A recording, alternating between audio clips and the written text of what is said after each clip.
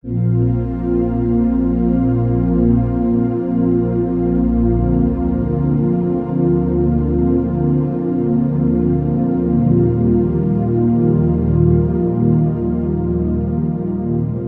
Andy. Welcome to my channel. నేను మరి ఒక వీడియోతో I just came before you.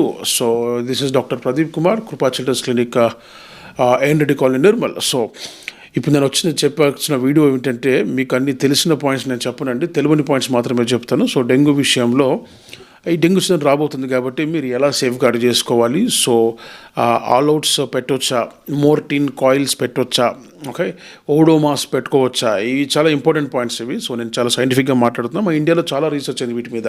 Okay, ఎప్పుడైతే మార్కెటింగ్లో ఇవి బయటికి బాగా వచ్చినాయో దీని మీద చాలా రీసెర్చ్ జరిగాయి. బట్ సో రీసెర్చ్ తర్వాత గవర్నమెంట్ అథారిటీస్కి ఇన్ఫార్మ్ చేయబడింది, కానీ స్టిల్ మనకు మార్కెట్లో ఇవన్నీ దొరుకుతున్నాయి. ఓకే, సో నేను ఒక సింపుల్ పాయింట్ చెప్తాను. సో చెప్పిన తర్వాత నేను ఆల్అవుట్లోకి, ఓడోమాస్లోకి వెళ్ళిపోతాను. సింపుల్ పాయింట్ ఏమిటంటే, దోమలు. అంటే మీకు దోమలు ఎప్పుడు కుడతాయి? ఇప్పుడు జనరల్ పాయింట్స్ ఏంటంటే, మీ ఇంటి పక్కన వాటర్ బాడీస్ ఉండొద్దు, మీ ఇంటి పక్కన మోర్లు క్లీన్గా ఉంచాలి, ఇవన్నీ కామన్ పాయింట్స్ ఇవి నేను మాట్లాడను. బట్ దోమలు ఎప్పుడు కుడతాయి? సో డెంగ్యూ దోమలు కరెక్ట్గా ఏ టైంలో కుడతాయి? డెంగ్యూ దోమ యొక్క లక్షణాలు ఏంటి? ఓకే, నేను మాట్లాడబోతున్నాను. సో ఈ పేపర్ ఒకసారి మీరు చూడండి. నేను డైరెక్ట్ టాపిక్లోకి వెళ్ళిపోతాను. ఈ పేపర్ చూడండి ఒకసారి. ఇది WHO వాళ్ళు రిలీజ్ చేసిన పేపర్.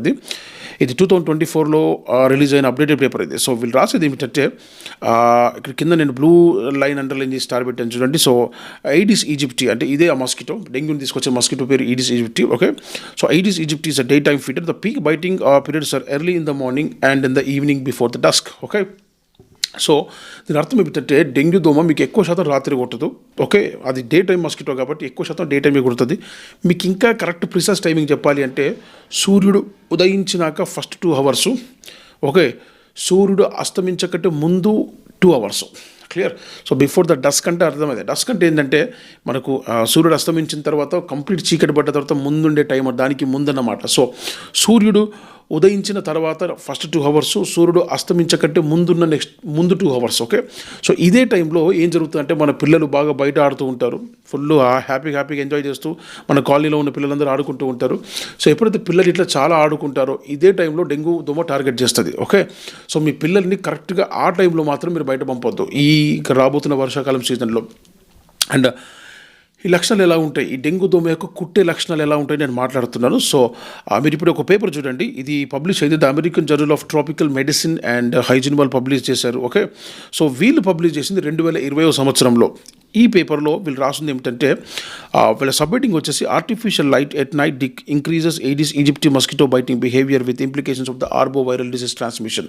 ఆర్బో వైరల్ డిసీజ్ అంటే ఈ డెంగ్యూ, ఇంకా చాలా ఉన్నాయి మస్కిటో వల్ల వచ్చేటివి. సో వీళ్ళు రాసిన పాయింట్ ఏంటి, ఈ రీసెర్చ్లో వీళ్ళు చాలా రీసెర్చ్ చేసి చెప్పిన పాయింట్ ఏమిటంటే, although primarily a day time biting vector, nocturnal biting has occasionally been noted in the Aedes aegypti. అంటే ఈడిస్ ఈజిప్టి ఎక్కువ డే టైంలో కుట్టే దోమనే, కానీ కొద్దిపాటిగా నైట్ టైం కూడా కుట్టేటటువంటి లక్షణాలు దీనికి ఉన్నాయి. అయితే నైట్ టైం లక్షణాలు ఏంటి, ఇది చాలా క్లియర్ చూడండి. నేను రెడ్ లైన్లో అండర్లైన్ చేశాను. As nocturnal biting was observed in the urban Trinidad but not in the rural areas. Trinidad Tobago ఈ రెండు కూడా సౌతర్న్ అమెరికాలో ద్వీపాలు. సో ఈ సౌతర్న్ అమెరికాలో ఉన్న ద్వీపాల్లోనే ఈ స్టడీ అయింది. సో వీళ్ళు చెప్పేది ఏమిటంటే, ఈ ఈ ఈ నైట్ కుట్టేటటువంటి ఈ గుణం ఏదైతుందో, ఈ గుణము ఎక్కువ శాతం మేము ట్రినిడాడ్ నగరంలో చూస్తున్నాం కానీ పల్లెటూరులలో చూడలేదు. క్లియర్? సో నగరంలో చూస్తున్నాం కానీ పల్లెటూరులో చూడలేదు. దాని అర్థం ఏమిటంటే, సో సిటీస్లోనే ఎక్కువ కుడుతుంది నైట్ టైంలో. యూజువలీ దోమలు కుట్టే టైం నైట్, ఎందుకంటే మనం డే టైంలో అటు ఇటు తిరుగుతూ ఉంటాం, ఆడుతూ ఉంటాం, కాళ్ళు చేతులు కదులుతుంటాయి కాబట్టి యూజువల్లీ దోమలు మన మీద వాలలేవు. సో ఎప్పుడైతే మనం నైట్ స్లీపింగ్ పొజిషన్లో ఉంటామో, సో స్లీపింగ్ పొజిషన్లో ఉన్నప్పుడు వచ్చి మనకు ఈజీగా కుడతాయి అవి. సో ఈ నాక్టర్నల్ బిహేవియర్ అంటే నైట్ టైం బిహేవియర్ గురించి నేను మాట్లాడుతున్నాను. సో ఈ నైట్ టైం బిహేవియర్ ట్రినిడాడ్ నగరంలో ఎక్కడైతే ఈ సిటీస్ ఉన్నాయో, సిటీస్లోనే ఆ ద్వీపంలో సిటీస్లో మాత్రమే ఎక్కువ నైట్ టైం కుడుతున్నాయి, పల్లెటూరులో కుట్టట్ల. కారణం ఏంటి అంటే లైట్.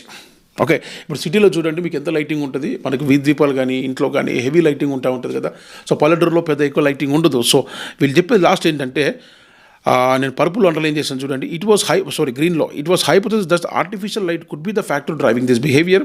అండ్ కింద పర్పుల్లో we and others have demonstrated light at night suppresses Anopheles gambia biting behavior. Okay, and కింద yellowలో చూడండి, ఇక పెద్ద లైన్ రాశాను నేను. Discovering that nocturnal light stimulates Aedes aegypti blood feeding would suggest that artificial light may be increasing the risk of the arboviral disease transmission by increasing the biting rate of the vector. అంటే మీ ఇంట్లో ఎక్కువ light బాగుందనుకోండి, డెఫినెట్గా ఈ light అనేది ఎక్కువ light అనేది